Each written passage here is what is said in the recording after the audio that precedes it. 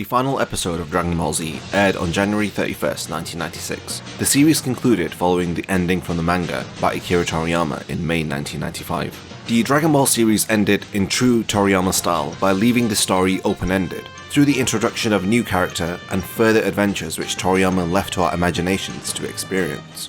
If a new foe was to arrive to trouble peace on Earth, then the world can rest easy knowing that Goku and company would be there to get through it. The Dragon Ball story written by Akira Toriyama concluded 10 years after it originally premiered in the pages of Jump magazine. But due to the incredible popularity of the Dragon Ball franchise, a new anime-only series was produced by Toei Animation, and it aired 1 week after the ending of Dragon Ball Z. This new series was titled Dragon Ball GT, and it aired from February 7th, 1996 to November 19th, 1997, airing a total of 64 episodes. A databook released called the GT Perfect Files, which are written by the series creators, state that GT was set 5 years after the ending of Dragon Ball Z. GT told an original story, which was written by Toei Animation staff. It used the existing Dragon Ball universe and lore, and expanded on the story where Dragon Ball Z had left off. The ending of Dragon Ball GT, which aired in 1997, concluded the Dragon Ball story, and for over 10 years the final episode of GT was the last installment of any new Dragon Ball content that we had. Of course, GT has now been superseded by new Dragon Ball content, which has been written by Toriyama via the introduction of Battle of Gods in 2013, and now his continued involvement in Dragon Ball Super. Despite these new entries into the franchise, the ending of GT was incredibly meaningful. It looks back on the themes of the Dragon Ball story, the character of Goku, and the memories that you made through watching his adventures. The ending of GT celebrates the life of Goku, and it concludes the Dragon Ball story with a definitive ending, which felt like more of an actual conclusion than the ending of Dragon Ball Z did, in my opinion. What makes the ending of Dragon Ball GT so heartwarming? I want to begin by focusing on Goku and what happened to him during the final episode of GT. After blocking an attack from a Mega Shenron, Goku falls to the bottom of a crater.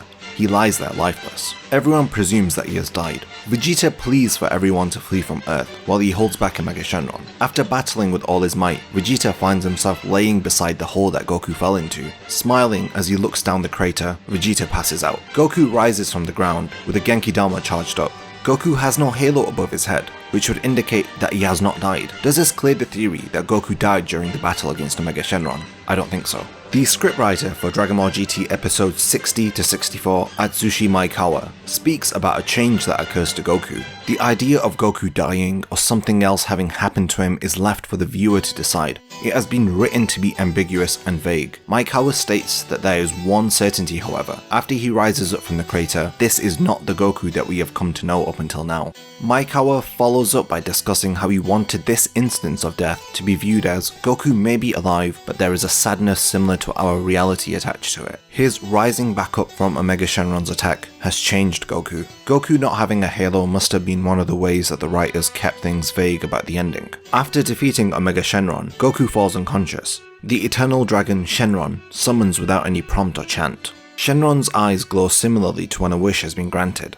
This is followed by Goku's body glowing as a result of Shenron's actions. Goku gets up immediately after this. What did Shenron's eyes glowing accomplish exactly? Was this done just for the sake of it? Did it bring Goku back to life, or did it heal Goku's injuries after his battle with Omega Shenron? These questions have no answer, and it has been deliberately written to be this way. Omega Shenron and the other evil Shadow Dragons appeared due to the negligence of Goku and company, who continued to use the Dragon Balls repeatedly, causing them to build up with negative energy which accumulated. The negative energy leads to the formation of the Shadow Dragons. Shenron reminds everyone of this, and now states that he will be leaving with the Dragon Balls. Earth now has to deal with its own problems, without relying on the power of the Dragon Balls.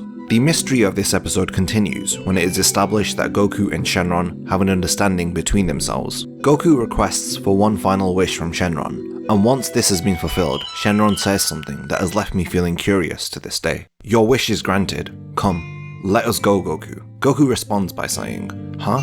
Is it that time already?" How does Goku know what Shenron is asking of him? Where exactly are they going? When did Goku and Shenron form this understanding between themselves? After Goku fell into the crater following Omega Shenron's attack, had he died and asked for a deal to come back to say farewell to his friends and family on the condition that he leaves with Shenron? Is this how the mutual understanding between Shenron and Goku was formed? Did Goku exchange his soul for the final wish he asked Shenron to grant? The wish to revive everybody back to life who died during their recent battles? Again, these are things that we never really get an elaboration on or are explained in the episode. After leaving with Shenron, Goku Goku says farewell to his friends and family. He heads over to Kame House. Master Roshi watches Krillin and Goku spar for one last time. Krillin lands the final blow and he takes his eyes off of Goku and starts to laugh.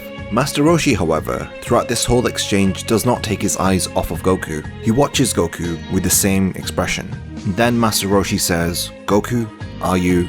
And by the time Krillin looks over to where Goku was stood, Goku disappears. When Goku heads over to Hell to say goodbye to Piccolo, Piccolo realizes that something is strange about this encounter. They both shake hands in one final touching farewell. Piccolo turns around and realizes that Goku has disappeared. His facial reaction is similar to Master Roshi's. He does not say anything, but it is emotional. He understands what has happened to Goku. Before Goku left with Shenron, Vegeta, like Piccolo, seemed to have known what was happening. He initially assumes that Goku is headed off to train somewhere. He says, "Hold it, Kakarot, are you training again?" He gasps, "Kakarot, are you?" Goku gestures to Vegeta with a hushed finger, and he simply says, "See you later." Goku then leaves with Shenron after he says farewell to everyone. Goku rests on Shenron's back and remarks that Shenron's back sure is warm. The Dragon Balls then become absorbed into Goku's body, only to return to Earth once the time is right. Masako Nozawa, the Japanese voice actor of Goku, comments on the state of Goku during this episode. She's interpreted Goku riding on Shenron's back, meaning that Goku's going to leave this world and go into the other world. She also comments on how she is glad that it wasn't written plainly that he died. Krillin laughs. He realizes Goku's gone. Piccolo turns around, Goku's gone. Pan sees Goku across the tournament ring. By the time she gets to where Goku was watching the fight, he's gone. Due to the way that this episode has been written in an ambiguous and mysterious way, it is for that reason that we can discuss this episode over 20 years after the finale of Dragon Ball GT. The final fate of Goku is truly left up to the imagination of the fans, and I'm glad that the animation staff went into the episode with the intention of showing Goku in a state that would make the viewer question whether if he was dead or alive. The final minutes of the GT ending fast forward 100 years into the future, where we see an elderly Pan at the World Martial Arts Tournament. She is watching the fight between Goku Jr. and Vegeta Jr. We see them both battle, but amongst the crowd, Pan notices Goku is also watching the fight. Goku leaves the crowd and disappears as Pan heads over to where he was stood. Pan confirms that Goku was here in some form by saying, "You were here, weren't you, Grandpa Goku?" We see Goku leaving the World Tournament to the sound of the opening theme song of GT. It is here that the ending of GT really emphasizes the journey we have all been through, as we have seen the adventures of Goku from when he was just a child to an adult. The montage begins with the beginning of the adventure when young Bulma meets Goku and they begin the journey to gather the 7 Dragon Balls. It showcases all the friendships and battles that Goku has been through. Earlier in the episode, Bulma also reminisces on the first time that she met Goku. The final montage celebrates the life of Goku, what he went through during his life, all the moments that we have experienced while watching the show growing up, and the narrator perfectly describes Goku as goofy, cheerful, and gentle. A heartwarming description given as we see touching moments displaying these very qualities that he has always shown. In true Dragon Ball style, Goku faces us smiling. Despite the adventure ending, we see the character we grew to love now saying his farewell lastly to us, the fans. The narrator solidifies and sets in stone that this is where the story of Dragon Ball ends. There are no more adventures, the story has been wrapped up conclusively. Before we had Dragon Ball Super, the years before Battle of Gods, I had come to accept that the story probably would not see any new material. The Dragon Ball Z ending left much to be desired. Toriyama, who is growing exhausted by his masterpiece, abruptly ends the manga, and we are left with an ending which feels like it could have been picked up and continued at any point in the future. Considering we have not seen a continuation of the end portion of Z, and Dragon Ball Super takes place between the end of the Kid Buu saga to the end of Z era, there is a good chance we may never see Oob train with Goku, or Pan grow older, and the cast of Dragon Ball age like they did in GT. That's what makes Dragon Ball GT stand out. It touches on ideas that Toriyama had no real input on. GT expands on the open-ended conclusion of Dragon Ball Z. It is one interpretation of many countless continuations, which even we may have imagined in our own minds. The difference between the endings of Z and GT is that GT concludes and wraps up the story. There is nowhere else to go. It gives us a satisfactory conclusion.